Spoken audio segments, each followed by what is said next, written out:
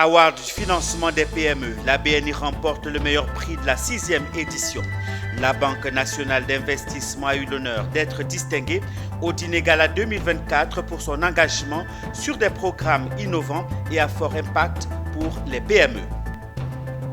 Commerce extérieur, la Côte d'Ivoire fait le bilan de sa coopération avec ses partenaires. La 2e édition de la revue annuelle du commerce extérieur a permis de faire le bilan de la coopération commerciale entre la Côte d'Ivoire et ses partenaires financiers. Santé. Après octobre, on parle toujours du cancer de sein, une lutte qui demande l'apport et la contribution de tous. C'est le cas de Malika Diomandé, une jeune fille qui prône la continuité de la lutte contre ce tueur silencieux chez les femmes.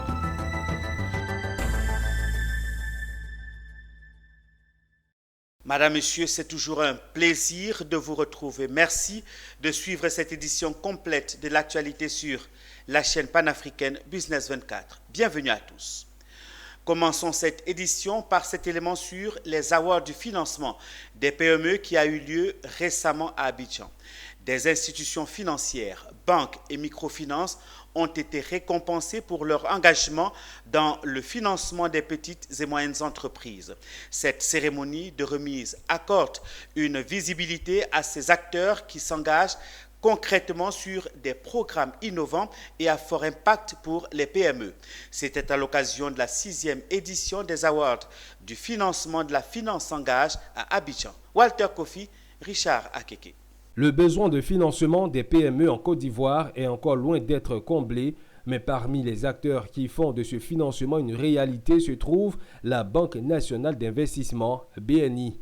L'institution remporte ainsi le prix de la meilleure banque pour le financement PME, une distinction attribuée par la Confédération générale des entreprises de Côte d'Ivoire, CGCI, lors de la 6e édition des Awards du financement de la finance s'engage. Le challenge, si vous voulez, c'est d'une part d'encourager déjà les PME, et c'est le rôle de la Commission d'encourager les PME à se tourner vers le système bancaire, d'abord pour la collecte de l'épargne, pour leurs activités, mais également pour leurs demandes de financement.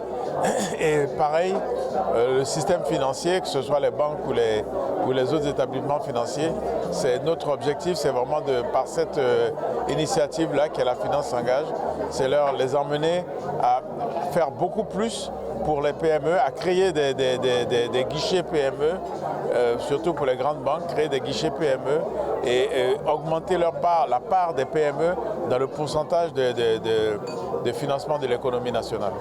L'une de nos missions, c'est de participer à la bancarisation de l'économie, à la financiarisation de l'économie, au développement des PME. Aucun pays ne peut se développer sans un tissu de PME fort. En 2022, c'était plus de 700 milliards de financements la BNI a fait, dont plus de 220 milliards qui ont été faits à destination des PME. 2 autres prix ont été remis cette soirée, dont celui de l'innovation dans le financement des PME remis à NCA Bank et le prix du meilleur système décentralisé pour le financement des PME à la microfinance Access Crédit. C'est une distinction qui met au centre de nos actions notre relation, j'ai envie de dire, privilégiée avec les PME. C'est une relation qui est basée sur un écosystème dans lequel nous avons certes du financement sous toutes ses formes.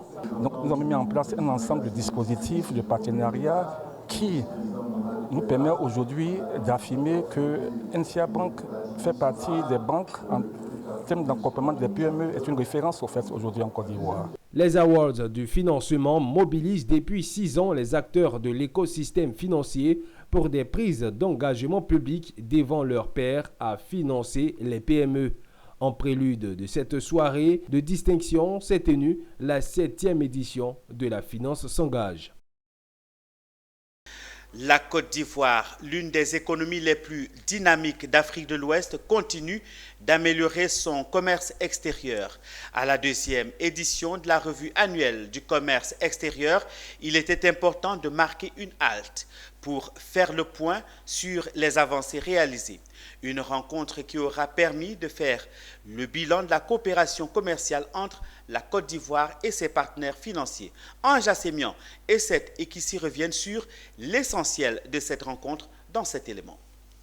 Les accords de coopération économique et commerciale bilatéraux et internationaux entre la Côte d'Ivoire et ses partenaires sont au beau fixe. Ils confortent la balance commerciale à un niveau excédentaire à travers l'accroissement des exportations. Résultat des courses évoqués lors de la 2e édition de la revue du commerce extérieur. Il faut dire que les échanges entre la Côte d'Ivoire et ses partenaires principaux se portent très bien. Mais nous avons estimé qu'à un moment donné, il faut marquer un arrêt pour faire l'évaluation de cette coopération et ensemble envisager l'avenir. Voilà, ça a été indiqué tout à l'heure qu'à raison des différentes crises qui secouent le monde, nous sommes dans une situation d'incertitude. Le commerce est un peu perturbé, mais c'est dommage et c'est même mieux que le commerce soit aussi une solution pour ces différentes crises. Donc c'est pour ça que nous faisons cette revue de la coopération entre la Côte d'Ivoire et un certain nombre de pays. 5 marchés représentent des partenaires stratégiques essentiels pour l'exportation des produits ivoiriens. Ce sont l'Union européenne, la Chine, les États-Unis d'Amérique, l'Afrique du Sud, l'Angola et la Corée du Sud. L'Union européenne reste le partenaire commercial de choix ivoirien avec environ 40% des exportations ivoiriennes incluant le cacao, le café, l'huile de palme, le caoutchouc et les produits miniers. Un bilan de la coopération entre la Côte d'Ivoire et ses partenaires qui ouvre en perspective la porte à d'autres partenariats. Il y a des perspectives notamment avec l'APE que nous avons signé avec l'Union européenne. Il y a également des perspectives avec le récent accord que le ministre du Commerce et de l'Industrie, Dr Souleymane Delassouba, a signé avec les États-Unis. Il y a également des perspectives avec l'accord que le chef de l'État, son Excellence M. Alassane Dramane Ouattara, a signé avec son homologue de la Corée. Voilà, donc de façon résumée, on dirait qu'il y a des perspectives. La 2e édition de la revue du commerce extérieur de la Côte d'Ivoire, qui durera 3 jours, permettra de tracer la voie vers une croissance économique durable et inclusive, tout en maximisant les avantages des partenariats commerciaux existants et en développant de nouvelles opportunités pour les exportateurs ivoiriens. En santé, même si Octobre Rose est passé, le cancer du sein dans notre société n'a pas disparu. Et tant que ce mal pernicieux, 3e cause de mortalité dans le monde, continuera d'exister et de faire des ravages, la sensibilisation pour le contrer ne doit pas s'arrêter. C'est donc le cas de Diomandé Malika, une jeune fille de 17 ans qui s'est lancée dans une campagne de sensibilisation dans son quartier sur le cancer de sein. On en sait un peu plus dans ce reportage que signe Mondésir Nascimento. Elle a rassemblé adultes, jeunes et enfants du quartier Îlot 7 de la Paix au quartier Vallon à Abidjan. Elle, c'est Malika Diomandé, élève en classe de terminale. Suite à une douloureuse séparation avec un parent très proche, dû au cancer, elle a décidé de se mettre dans la lutte contre ce mal. Autour d'une projection de film et d'une conférence, elle a sensibilisé les Abidjanais. Une initiative qui a bien évidemment reçu le soutien de ses parents et qui veut initier les filles et femmes à rester éveillées et barrer la route au cancer du sein. Ce qui m'a motivée à organiser cet événement, c'est le décès de la mère d'une de mes amies.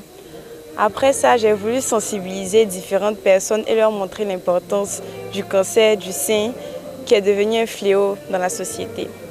Je suis très satisfaite parce que c'est exactement ce à quoi je m'attendais. J'espère que je pourrai en faire encore mieux la prochaine fois.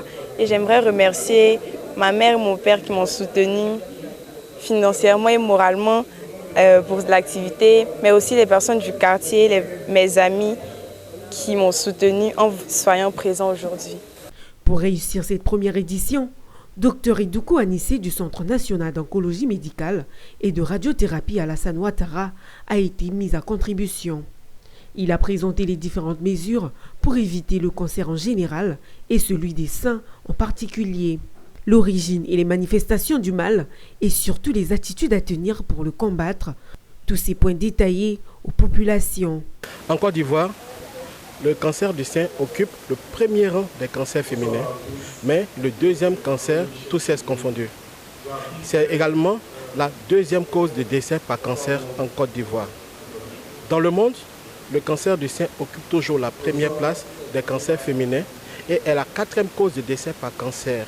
Il existe plusieurs facteurs de risque de survenue des cancers du sein. Donc, il y a certains facteurs de risque sur lesquels on peut interagir, sur d'autres non. Sur les facteurs de risque où on peut interagir, c'est l'hygiène de vie. J'ai une tante qui est décédée de cette maladie-là et ce n'est pas une maladie à négliger.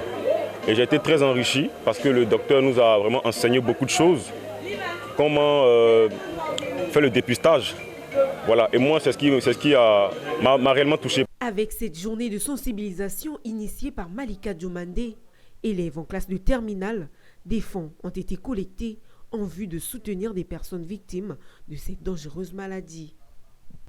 Vous suivez la grande édition de l'actualité de Business 24. Abordons à présent le volet employabilité des jeunes. Il existe en Côte d'Ivoire un programme de formation et d'information destiné à la jeunesse. Ce programme, dénommé « Il y a du boulot au pays », a pour objectif de coacher, d'informer et de former les élèves, les étudiants et les primo-demandeurs d'emploi sur les opportunités de travail. Il a été officiellement lancé ce week-end. Comment fonctionne-t-il? Quels sont ces enjeux? Éléments de réponse dans cet élément que signe Anja Sémian et Setekissi. Et non, ce n'est pas un programme d'insertion professionnelle, encore moins une plateforme de recrutement. Bien au-delà, ce programme dénommé « Il y a du boulot au pays » s'adresse à une cible particulière, à savoir les élèves et étudiants ainsi que les primo-demandeurs d'emploi. Nous, on a voulu aller là où les autres ne vont pas. Et c'est le fruit de 30 ans de travail. Crois-moi, il est plus facile de faire un enfant que d'en faire un homme. Voilà ce que nous retenons de l'histoire. Et ceux qui ont l'information sont ceux-là qui font la bonne décision. Conçu en plateforme, ce programme panafricain fait la promotion des métiers de demain. Concrètement, il vous suffit de vous abonner à la page sociale « Il y a du boulot au pays » pour avoir droit à 70% de formation en ligne donnée par... En termes de plus-value, nous sommes convaincus que si les personnes s'abonnent, qu'elles suivent nos conseils, elles suivent les conseils de nos professionnels. Parce que ce n'est pas Amara Soumaro. Moi, je ne suis que le catalyseur. Okay. Celui qui a l'information a le pouvoir. Le pouvoir de changer sa destinée, le pouvoir de changer l'orientation de sa vie. Nous voulons donner ce pouvoir-là. Le lancement officiel du programme « Il y a du boulot au pays » est une étape importante dans le renforcement de l'employabilité en Côte d'Ivoire et dans la sous-région. L'économie sociale et solidaire, ESS pour faire court, est un modèle économique alternatif qui repose sur des principes de solidarité, de coopération et de durabilité. La tontine, par exemple, est une cousine africaine de l'économie sociale et solidaire. L'ESS est au centre d'un colloque scientifique qui réunit depuis ce lundi et ce pour 2 jours politiques, chercheurs, praticiens et organisations de la société civile. Objectif, donner à ce modèle économique les outils sans lesquels il ne peut prospérer. Issa Badini et Marius Seri relèvent ces outils dans ce reportage.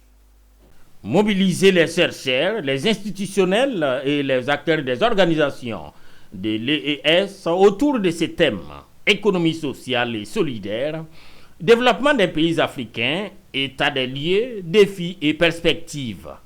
C'est ce qui réunit ces hommes et femmes venus du Gabon, du Sénégal, de la Mauritanie, du Bénin, de la France et bien évidemment de la Côte d'Ivoire, représentés à cette occasion par son Premier ministre pour qui il est temps que l'humain soit placé au cœur de toute action. Nous vivons une époque marquée par des défis sans précédent, qu'ils soient environnementaux, sociaux, économiques ou technologiques. Face à ces enjeux complexes, il est impératif de rassembler des esprits brillants et diversifiés pour réfléchir ensemble, partager des idées et proposer des solutions innovantes.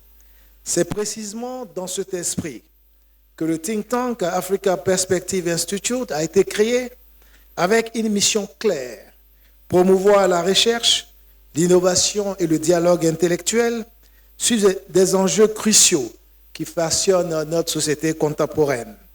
Le débat est ouvert à ce colloque scientifique qui est à mettre au crédit de Africa Perspectives Institute, présidé par le ministre ivoirien du Commerce et de l'Industrie. Choisir l'économie sociale solidaire comme thématique d'un colloque scientifique est une innovation et une opportunité pour la Côte d'Ivoire et surtout pour notre ministère en charge de l'ECS et pour tous les acteurs de l'ECS. Ce colloque scientifique de 2 jours est aussi celui qui lance officiellement les activités de l'API. Poursuivons avec la sécurité maritime. Le lundi 4 novembre 2024, l'Institut de sécurité maritime interrégionale de l'Académie régionale des sciences et techniques de la mer a ouvert ses portes à un séminaire régional de formation réunissant 25 auditeurs issus de divers horizons. Cette initiative vise à renforcer les compétences et les connaissances des participants concernant la manipulation des marchandises dangereuses transportées en vrac. Michel Prou et Doumbia Yuba nous interpellent sur l'importance de ce sujet pour la sécurité portuaire. Suivez. C'est la 5e formation sur les incidents liés au transport et à la manipulation des marchandises en l'espace de 11 mois. Une fois de plus, cette session de formation s'est ouverte pour 25 participants originaires du secteur privé portuaire. Ce sont notamment les compagnies de manutention et des autorités portuaires de l'Afrique de l'Ouest et du Centre. Du 4 au 8 novembre, ces auditeurs verront leur capacité renforcée pour répondre efficacement à ces cas d'accident en mer et dans les zones portuaires. Vous savez que dans les ports, on a les machines transportées en conteneurs et il y a ceux qui sont transportés directement dans les navires. On parle de marchandises en vrac, notamment le ciment, les minerais, les céréales. Et pour ce type de marchandises-là, il y a un certain nombre de risques associés à leur transport. Et si ces risques sont mal gérés, ça peut entraîner des explosions, des incendies à bord des navires comme pour le port.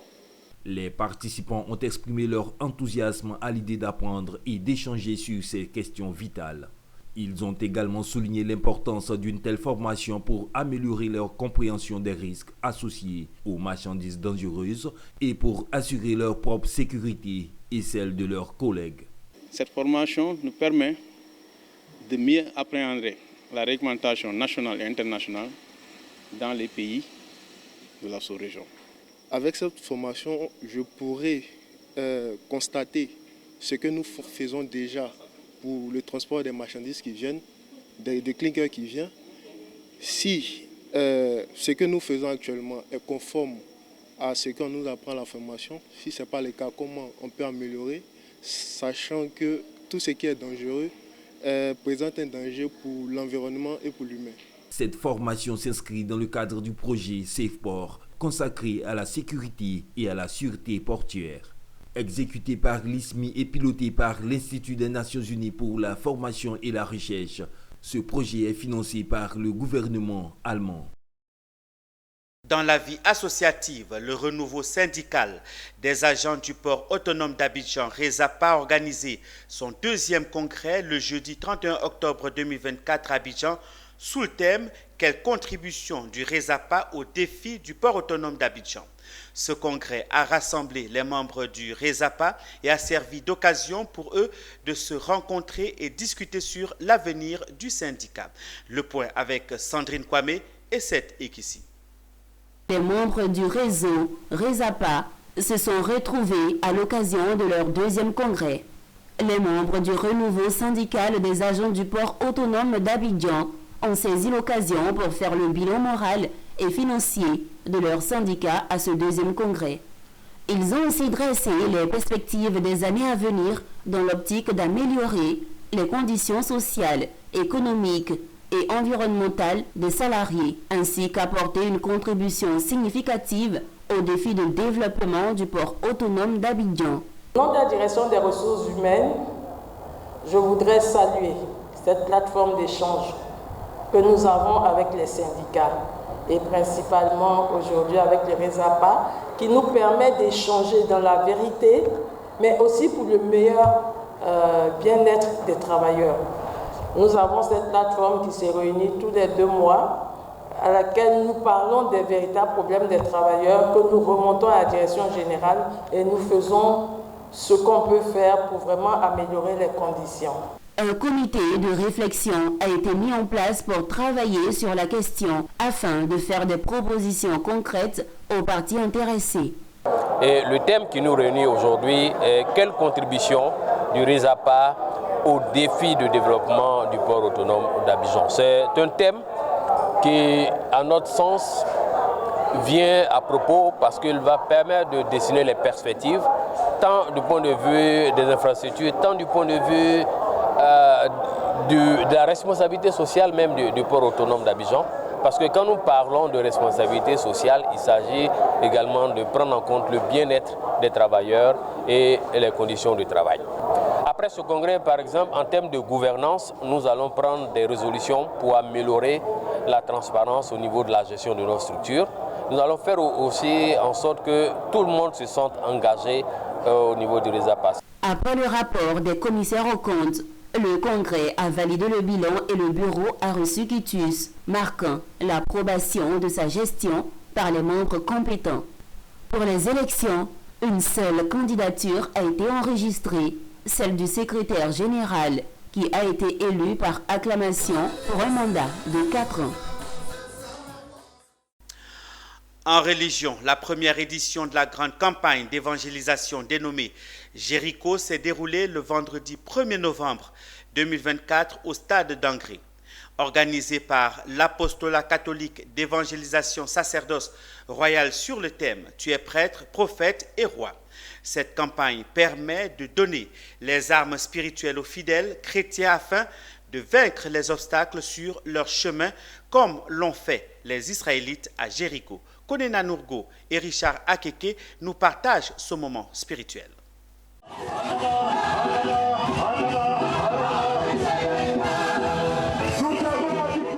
Jéricho, c'était le nom de cette grande campagne d'évangélisation de ce 1er novembre 2024 au stade d'Angré. Une campagne d'évangélisation organisée par l'apostolat catholique d'évangélisation sacerdoce royal sur le thème « Tu es prêtre, prophète et roi ». Et pour cette première édition, la pluie était au rendez-vous. Malgré cette pluie torrentielle, l'équipe de cette campagne d'évangélisation et les fidèles sont restés pour témoigner leur amour au Seigneur Jésus-Christ Tout-Puissant à travers des chants de louanges dans une ambiance électrique. Je dirais que cette pluie vient pour authentifier les grâces et les bénédictions qui vont se déverser. Parce que dans la Bible, vous voyez, lorsque David a été choisi, il a été oint par le Seigneur. Et ce même David-là a connu des difficultés avant de pouvoir entrer dans sa bénédiction. Le simple fait de vouloir participer à cette activité, d'être là aujourd'hui, montre que au sorti de cette activité, on repartira victorieux, on repartira requinqué. Pour cette première édition de la campagne d'évangélisation Jéricho, il était question pour sacerdoce royal de célébrer les saints et faire tomber les obstacles. Jéricho, c'est la symbolique, c'est l'image d'un peuple debout, d'un peuple conquérant qui va prendre ce qui lui appartient. Donc c'est une dimension de combat, mais le combat qui est déjà gagné parce que Dieu est avec nous.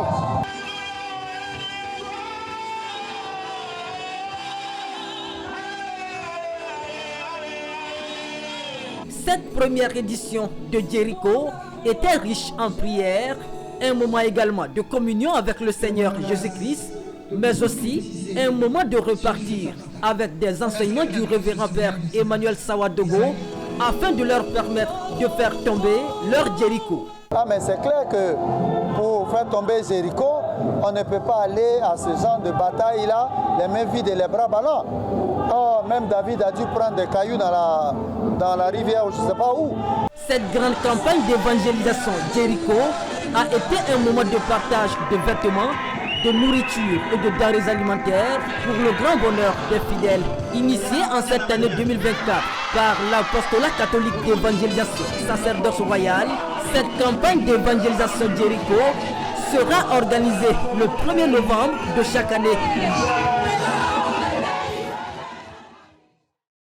À Boaké, dans le cadre de la lutte contre les cancers féminins, l'ONG Fondation Sociale et Vie concentre ses efforts en faveur des femmes en milieu rural. L'organisation a mené une opération de sensibilisation et de dépistage des cancers du sein et du col de l'utérus dans la sous-préfecture de Molo-Noublé. Dans le centre de santé de cette localité, les équipes de l'ONG ont sensibilisé les femmes sur les bonnes pratiques à observer afin d'éviter ces tueurs silencieux. Suivons le reportage de notre correspondant régional Emmanuel Bozo. Elles sont venues nombreuses, les femmes de Molo-Noublé et aussi des villages voisins. De façon attentive, elles écoutent la sensibilisation des membres de l'ONG Fondation Sociale et Vie sur les cancers du sein et du col de l'utérus. Dans le cadre des efforts de lutte contre ces maladies, cette organisation est descendue en milieu rural pour porter l'information et surtout contribuer à la prévention contre ces pathologies. Les zones reculées sont plus exposées à la maladie. Pourquoi je parlerai d'ignorance? Ces personnes-là reçoivent moins d'informations sur ces différentes pathologies-là par rapport à ceux qui résident en ville. Aujourd'hui, nous sommes à Molo-Noublé pour 2 jours. D'ici, nous irons aussi à Wolé le mois prochain. Donc nous tournons un peu dans ces secteurs-là parce que nous disons que ceux-là, ils n'ont pas la grâce d'entendre. Et même s'ils entendent, est-ce qu'on leur offre la possibilité de se dépister gratuitement? Comment connaître les signes de ces maladies et quels traitements administrer en cas de leur survenance sont autant de questions que l'ONG Fondation Sociale et Vie a partagées avec les femmes. Elles ont eu droit également à des séances de dépistage afin de détecter d'éventuels cas et procéder sur place à leur traitement. Ils ont pris les sangs, puis touché les seins, voilà. Puis ils ont regardé en bas aussi. Mais par la grâce de Dieu, on dit c'est bon. Je vous dis merci. On m'a fait l'examen de palpation des seins et la vérification du col pour voir s'il n'y a pas de germe de cancer. C'était important pour moi d'être là parce que le cancer est une maladie vraiment très dangereuse qui ne se manifeste pas rapidement non plus. ONG, ce qu'ils sont venus faire vers moi ici, je suis très content. Vraiment, on voulait dire infiniment à l'ONG pour ses actions citoyennes, pour cette cérémonie, ces 2 journées gratuites qu'elle nous accorde. Depuis sa création il y a 4 ans, l'ONG Fondation Sociale et Vie parcourt les hameaux lointains et aussi les milieux urbains pour mener la lutte contre les cancers féminins qui déciment chaque année des milliers de femmes en Côte d'Ivoire. Voilà qui met un terme à cette édition de l'actualité sur la chaîne panafricaine. Merci de l'avoir suivi. Passez un excellent moment en compagnie de nos programmes. Je vous retrouve dans nos prochaines éditions de l'actualité sur Business 24 Africa. Dieu vous bénisse. Au revoir.